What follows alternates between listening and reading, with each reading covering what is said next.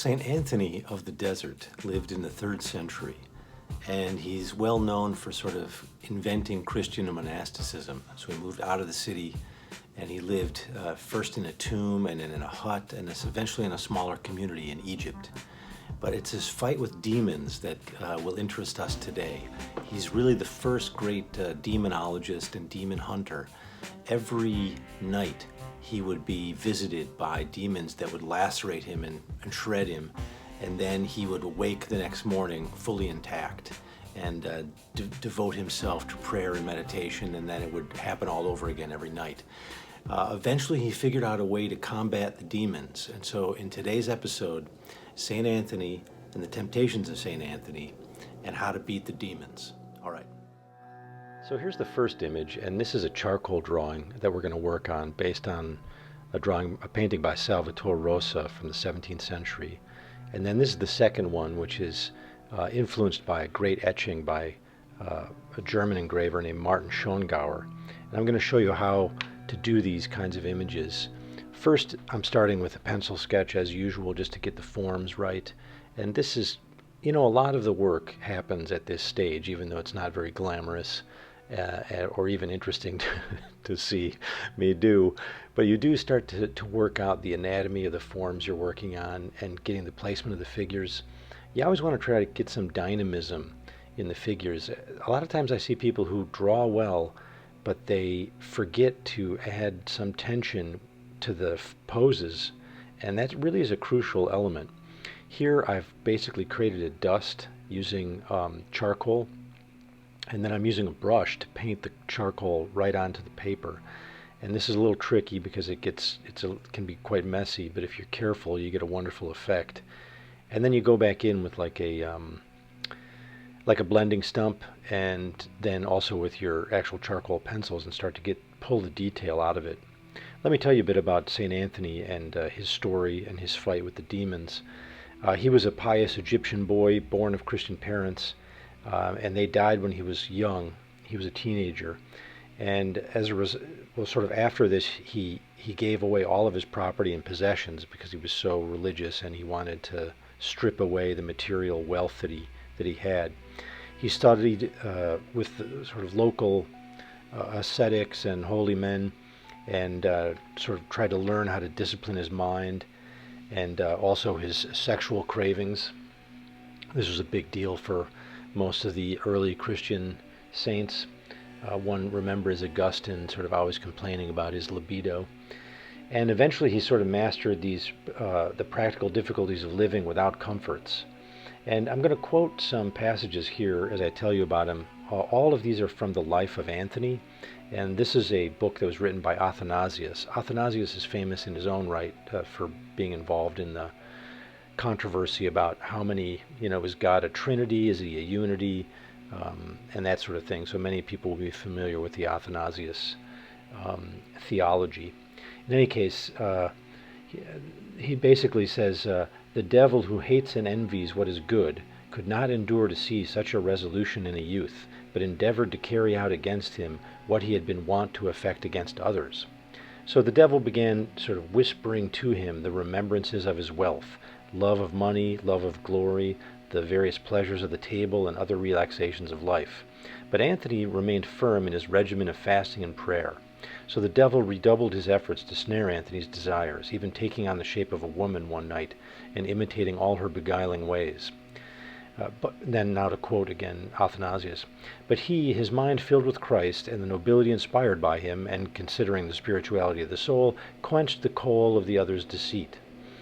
Then Anthony basically moved to live in a tomb outside the village, and he was attacked by, quote, a multitude of demons who sliced him into a bloody mess. The quote continues here. He affirmed that the torture had been so excessive that no blows inflicted by man could ever have caused him such torment. And then he would sort of rally back with prayer and with faith, throwing off the temptations of the flesh and so forth. And then here Athanasius says, but changes of form for evil are easy for the devil. So in the night they make such a din that the whole of that place seemed to be shaken by an earthquake, and the demons, as if breaking the four walls of the dwelling, seemed to enter through them, coming in the likeness of beasts and creeping things.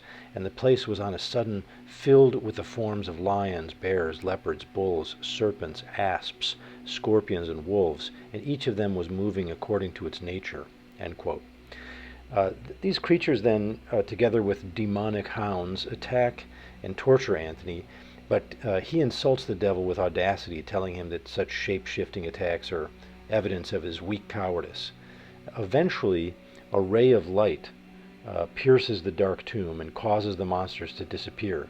So God has intervened after years of torture. And then it's kind of funny because Anthony says, "Where were you? Why didst thou not appear in the beginning to make my pains ease?" And God responds, "Anthony, I was here, but I waited to see thy fight." End quote. And so then, convinced that Anthony has the right sort of mettle, God commits to give him support and strength ever after that. And then basically what's happening is Anthony starts to theorize and try to understand what's happening when he has these visions. I mean, some scholars, contemporary scholars, have suggested that he basically may have suffered from schizophrenia or manic depression. It would sort of explain some of the visions, if you're a naturalist and you don't sort of accept the supernatural explanations. And in any case, what Anthony figures out is that the major weapons of demons are basically fear and temptation. Quote, "When they cannot deceive the heart openly with foul pleasures, they approach in different guise, and thenceforth, shaping displays, they attempt to strike fear, changing their shapes, taking the form of women, wild beasts, creeping things, gigantic bodies, and troops of soldiers." But essentially, like the solution, he says, is to, in a sense, adopt a kind of skepticism about their real power. So he warns his brethren that if they should survive these waves of demonic assault, there will certainly be a final phase of frightening attack. The minions, in their frustration, will finally invoke the prince of demons, the devil himself. His eyes will burn like the morning star, his mouth will pour the fire and smoke of a conflagration, and his nostrils will fume like hot coals. But Anthony insists that even this terrifying monster is all sizzle, like no real substance. In a fascinating, albeit brief, piece of biblical interpretation, Anthony characterizes the devil as a chump, basically like a two-bit thug. And the evidence can be found as far back as the torture of Job. The devil has no real power over Job. It was God who allowed every bit of torture, to happen to Job. So Anthony's indictment here is sort of strange because although it makes the devil look bad, it makes God sort of look worse. Because seemingly uninterested in the theodicy problem, Anthony suggests that the only thing to fear is God. So all this makes sense, according to Anthony, when we realize the true nature of demons, their true metaphysical status. He says, quote, "The demons have not been created like what we mean when we call them by that name, for God made nothing evil. But even they have been made by, even they being made by God, have been made good. Having fallen, however, from the heavenly wisdom, since they have been groveling on earth, that's what causes their seeming evil or corrupt nature. They're not inherently rotten, malicious creatures. They're not imbued with some force of evil. They're just sort of tragic characters who have made themselves miserable by their rebellion, and now they seek to make men miserable. So the demons actually envy Christians, according to Anthony. Anthony admits, however, that the demons have gradations of ill intent, and it's sort of in our interest to cultivate a kind of demon radar.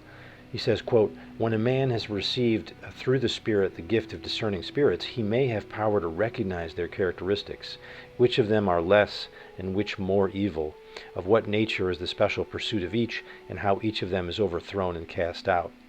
And because of this, Anthony is oftentimes appealed to during exorcisms. Even contemporary exorcisms will sort of appeal to Anthony to come and help. All right, let me tell you a little bit more about the drawing here. I achieved this drawing, which I really love, and I should have stopped here. But as usual, I kept going. I did this really clean line drawing, and here I'm adding shading, and so far so good, but I really should have stopped. One of the things I should maybe remind people, artists oftentimes end up working and achieving a really good result, and then they keep going and overworking it. And that's what I think I end up doing here. I don't ruin it per se, but I think I diminish it by continually adding value and line shading. Here I'm actually painting. I feel like there's not enough contrast and it's hard to read this image. It's because there's so much detail. So I'm going to try to get the Anthony and some of the demons to sort of pop out a bit more, and the way to do that is to lay in a darker value behind them as a kind of background.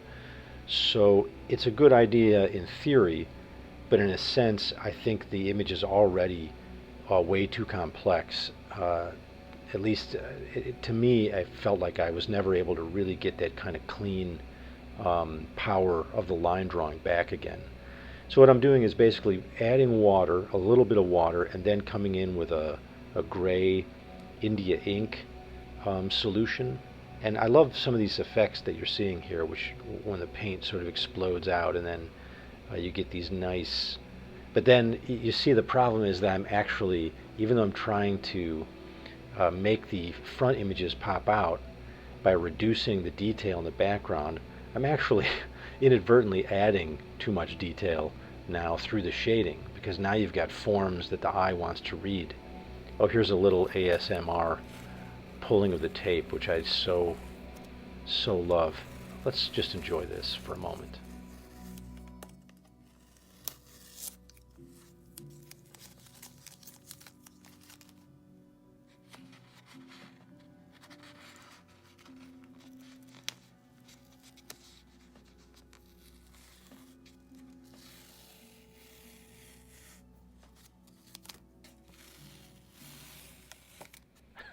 Okay, that's just very satisfying, especially once you've been working on it for sort of 2 days. I think most artists really enjoy this moment, perhaps most of all. In any case, you can see the two images now back to back. I'm pleased with how they turned out. This is the final image. It's not bad. It has qualities that I like, but I should have left it alone before. In any case, that's the story of St. Anthony and his battle with the demons. I hope you enjoyed it.